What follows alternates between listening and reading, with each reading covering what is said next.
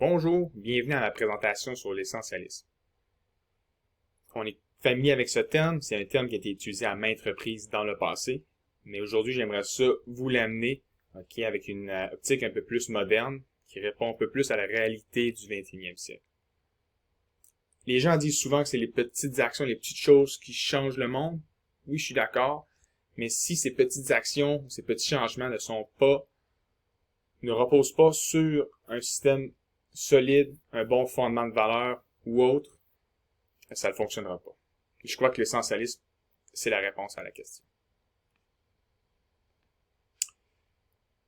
L'essentialisme revient à la base de la mentalité du minimalisme. Mentalité qu'on est un peu familier depuis les dernières années, qui est devenue un peu cool, mais qui est un peu imparfaite, qui a certaines erreurs et qui est même devenue un peu péjorative.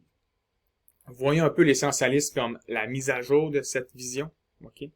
On parle encore une fois ici de réduction de consommation, consommer seulement ce qui est essentiel, sans aller dans l'extrême, comme Gandhi qui ne possédait que 21 objets à la fin de ses jours. Okay? On ne va pas aller dans l'extrême. On parle ici, par contre, d'une vision plus globale, comme la concentration de nos efforts.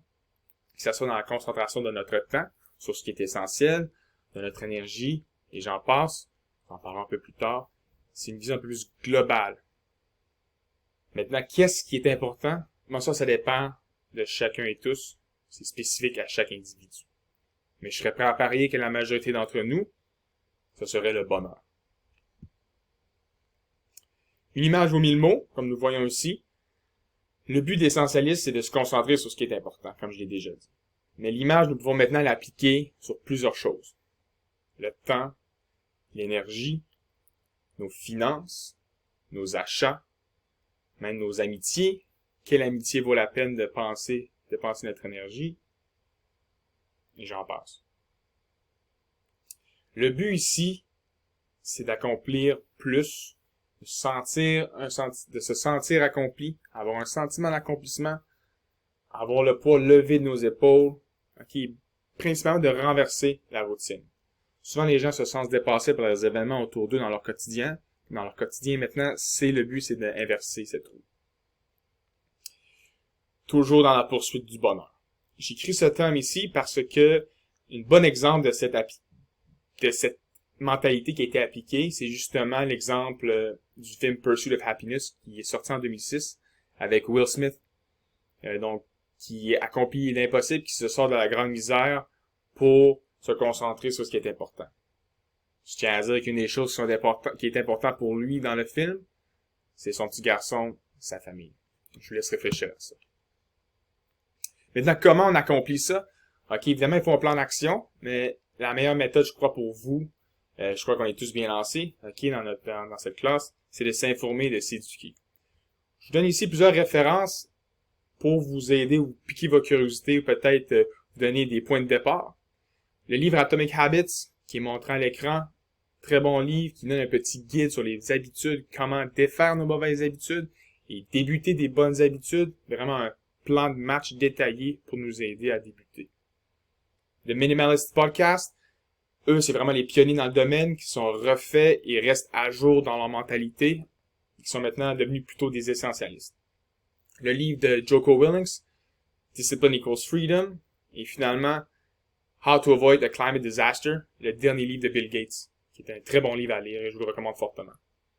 J'ai déjà parlé de comment ou ce qu'apportait l'essentialisme aux individus, mais maintenant, si tout le monde appliquait cette mentalité, nous le savons déjà, réduire notre consommation affecterait pour le mieux la planète Terre.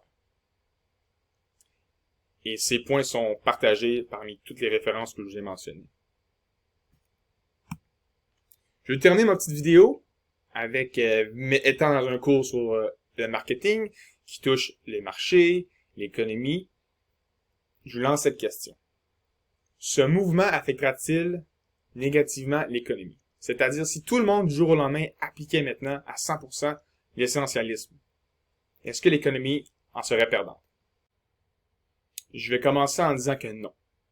Nous le savons déjà, ça a été fait en référence dans d'autres vidéos de d'autres étudiants, la planète a besoin de 1,75 fois de ressources qui est possible sur la planète Terre pour répondre à notre consommation annuelle.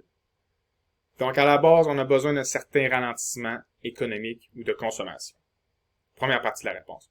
Deuxième partie de la réponse, il n'y aura pas de perte d'efficacité opérationnelle. OK?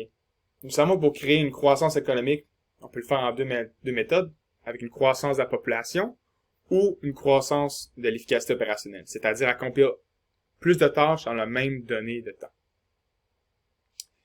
Et si on retourne à l'image avec les flèches, on peut voir qu'il n'y a pas de perte, c'est seulement une redirection de nos efforts dans une direction fixe. Si tout le monde appliquait, je crois qu'on boucherait tous les trous. On pourrait quand même avoir une croissance économique. Je vous laisse en débattre. Merci de m'avoir écouté. Bonne semaine.